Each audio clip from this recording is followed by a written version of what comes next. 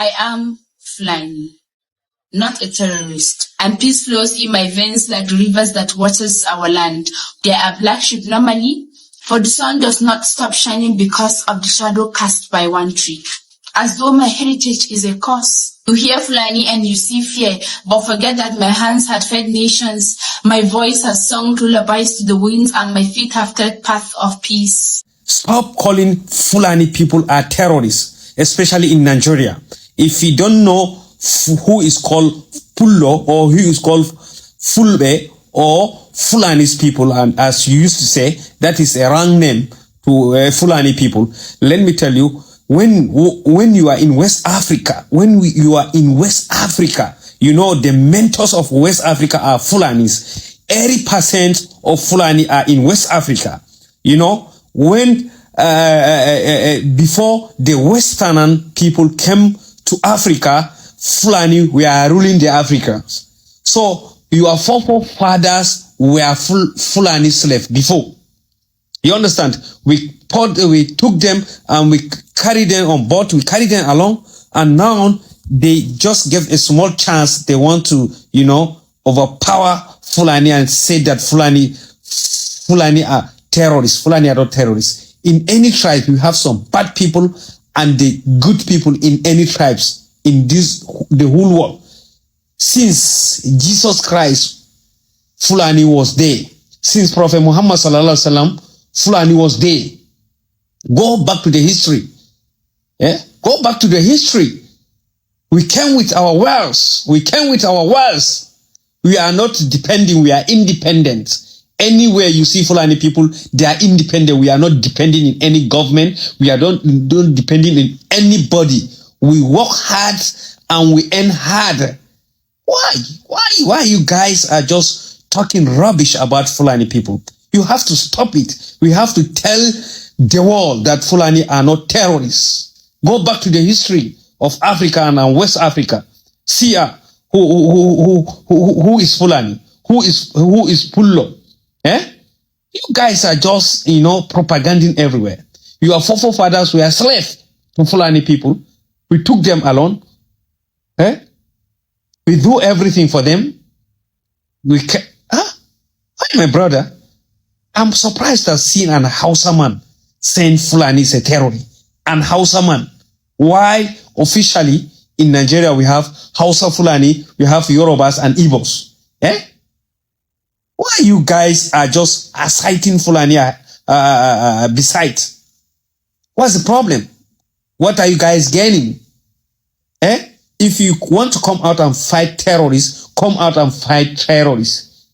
Anybody who is a criminal is a criminal. Terrorist is a terrorist. Be you who. Where you come from, where you came from, we don't mind. We don't see your face. If you are a terrorist, you are a terrorist. If you just look Bello Turji, check Bello Turji very well. View his picture very well. His face look like Fulani. If you see Bello Turji, know that he's just speaking the dialect, but he's not from Fulani people. Just take a good look at Bello Turji. The mother is Fulani, but their father na Bogobiriwo. Check a good look at Bello Turji now. What are you telling me, my guys? Stop propaganding against Fulani, my guys. Kilo Shele. Oginikwa. This country belongs to all of us. And the federal government, the presidency must act fast. Because time is going. From north, west, northeast, north central, southwest, southeast, south. There is general insecurity. And this is being propelled by herdsmen. I want to repeat again. I have made it a petition to the presidency and to all security agencies before that if they want peace, Mayor Tiala must be arrested. These are people who have owned up. They have taken responsibility that they have killed, they maimed, they rape, and do all sorts of atrocities. And yet their leadership is in Abuja, and nobody is confronting them. And until these people are arrested, When I talk, I was being castigated. I was being vilified. Nothing bad that was not said against me. I am this and that. But the reality is here. It is not just happening to Benue State today. It is happening to the entire country.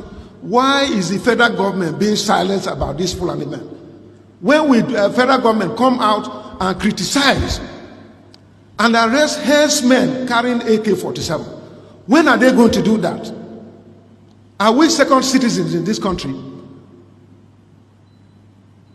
What gives Fulani man superior to any other person, to a tip man? I am not their slave. A Benue man is not a slave to any Fulani man in this country. And so federal government must do this. At a point in time, the federal government came out with a policy through the police that even those with license, den guns, double barrel and pump action should surrender to police. How many times have the presidency come out to condemn that Fulani men are carrying AK-47 all over the place? This is not correct. We stand for justice, equity, and fairness. Whatever is happening to a Fulani man should also happen to any other person. That was why I called the federal government to license me and many others to have guns, to have AK-47 too. Because if I have my AK-47, a Fulani man is coming there, he knows that I have, and he has. Then we can fight each other. But you can't disarm me and arm a Fulani man. This is the point. So this is not right. The federal government is biased, is unfair. The failure in security is caused by federal government. This question of arresting those who oppose to Fulani men. There is one Fulani social cultural organization called FUNA, who came out and claimed responsibility and said that they are going to do more. They will mobilize Fulanis from all over the place to come and take over Nigeria, that it is their ancestral land. Presidency did not say anything. But they quickly ordered the arrest of an activist who stood up to speak and to work against his people. You see, when you deny people citizenship rights by alluding that they are foreigners, then you deny them all the rights, you deny them inclusivity in governance, you refuse to give them social justice. So these narratives conveniently serve those that are promoting this conflict for the last 26 years. I think it's time we address that, because I can actually see how a foreign header can move either from Cameroon or Niger or Mali to be right at the north central of Nigeria. You see, this issue of headers and armed headers is also a narrative.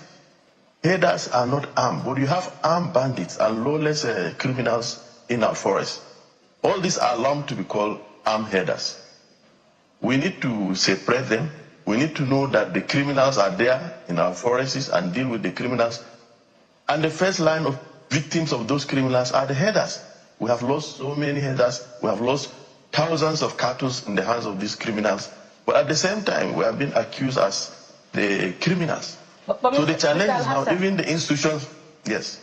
Mr. Hassan, if you're listening to the entire narrative, particularly the ones coming from those affected in these states, Benue now, for instance, the governor has said that these are Fulani from outside the country, because the type of Fulani that they speak, or is it the language that they speak, is alien to that which is indigenous to Nigeria. So it may not be an entire leveling of the Fulani of the Nigerian extraction. What do you say to that? I think he is the chief security officer of the state. Maybe security information at his domain. He can give him such information. He can shed more light on this. But we that are working with communities in rural areas, I want to state categorically, emphatically, we don't have foreign headers in North Central Nigeria and in Nigeria entirely. Where you have some elements of foreign headers is along the border communities, areas of Jigawa, Kebbi, part of Maiduguri, and some part of Adamawa State. What you have bandits. And bandits can come from anywhere. Those bandits that are armed cannot be classified as herders because they are not herding cattle. If you see bandits with cattle, probably are cattle stolen from the herders, the indigenous herders we have in the communities. And let me tell you something. All herders, where they are localized, they speak the indigenous languages. That's why we're calling for national integration of the herders, community integration of the herders, so that you know the herders in your domain. And we cannot pretend that herders are aliens to any of the communities, particularly in the north-central Nigeria. Are you saying that herders are not responsible for some of the atrocities we see in the country? Are you exonerating herders in that sense? Are you saying you don't have militia herders or criminal elements within the herder rank and file? Because that is, because whether you speak to people, we've spoken to literally everybody, from Benue to Plateau to where all of this happens. And there's a central thing, herders, herders, herders. Whether there's an infiltration of bandits in between. So are you exonerating herders in that sense? Because we see herders carrying guns and all of that. We need to contextualize it. Yes. Most of the pictures you see of herders carrying guns are not even from Nigeria. But I'm telling you, the herders that we are working with in our organization, they don't carry weapons. I've been saying this consistently. But you have criminal elements that have taken over our rural areas. The herders are the first line of victims of those criminals. They rustle their cattle, they kidnap them for ransom. The reports are there with the security agencies, but it's always convenient for security agencies to blame foreign herders so that there won't be deep conversation on this issue so that we can address the root causes. That's why we're insisting that, look, if you say foreign herders, parade them. Let's see their nationalities. It's not a question of whether you speak a variant of Fulfulde or not. You see, we have been pretending in this country in the last 26 years. I've been working on these issues. But Mr. Hassan, development agencies have been working on these issues, yes. In Plateau State, those who are affected, in the latest round of killings, point accusing fingers even at, again, Fulani. They say that there was, in fact, a peace accord between them and the Fulani, but the Fulani are known to always breach the peace accord. So these are the concerns. If you go to Edo State, prior to that distressing event, the people in Uromi had complained about how their women were raped on their farms, some were killed on their farms. Again, the same accusing fingers is pointed at Fulani herders. So can you truly exonerate, criminal elements who are perpetrating this and giving the entire ethnic group a bad name? You see, the context I want us to look at these issues. You see, for Plateau, I grew in the Plateau, I schooled in the Plateau. Today, my generation are the ones in governance on the Plateau. And we know the root causes of this crisis. Even the latest crisis are not supposed to be tagged farmer-herder conflict. How did it start in Bokos? It was a question of theft of motorcycle that led to those crises. So they now interpret any type of conflict as farmer-herder. If you go on the Plateau now, there is no any crop that is there for herders to trespass. And the question I always ask, have we lost faith in our judicial system? You see, there are attacks and counterattacks.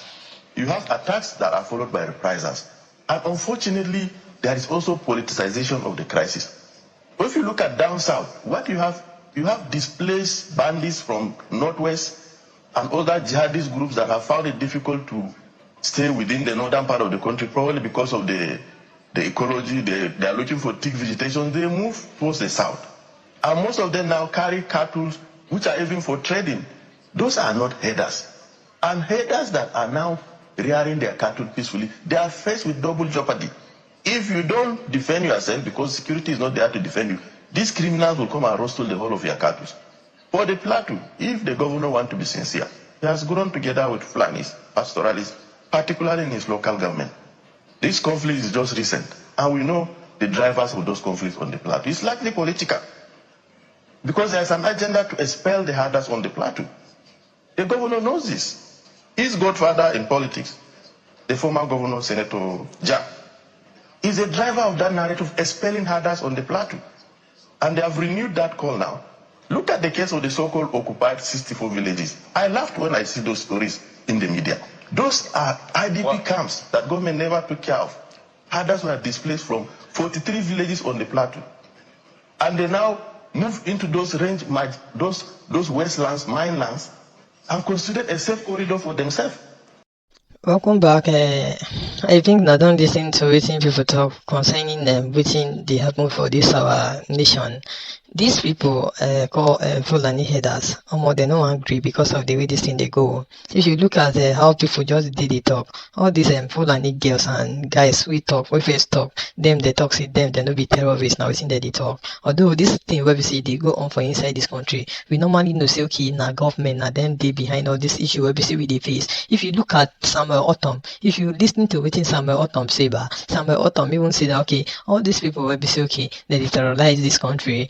Government know them, but government no one arrest them. Now waiting some Autumn talk. But people will be say that they come out to fight for their people. People like Sunday Igboho, Nnamdi Kanu. Now them be the people will be say okay, government they like attack. Now you see we government get to do now be that government they always fight all these people like Sunday Igboho, Nnamdi Kanu, but to come out to like fight all these people who say that they terrorize this our country called Nigeria. Government no fit do anything concerning that thing. It now why this man called Autumn now why in the verse and this other man will be saying that they see for the screen now. It's like now all these men now them be the most gone people will be say okay that they behind all these terrorists will be say they terrorizing this country. But now only God now go fit save our farmers and our people for this country. You will be say the else now if you want to talk anything or you get anything concerning this matter where you want to talk, I will make it talk on inside comment section. And also if today is your first time, make it like our video, share and subscribe. Thank you.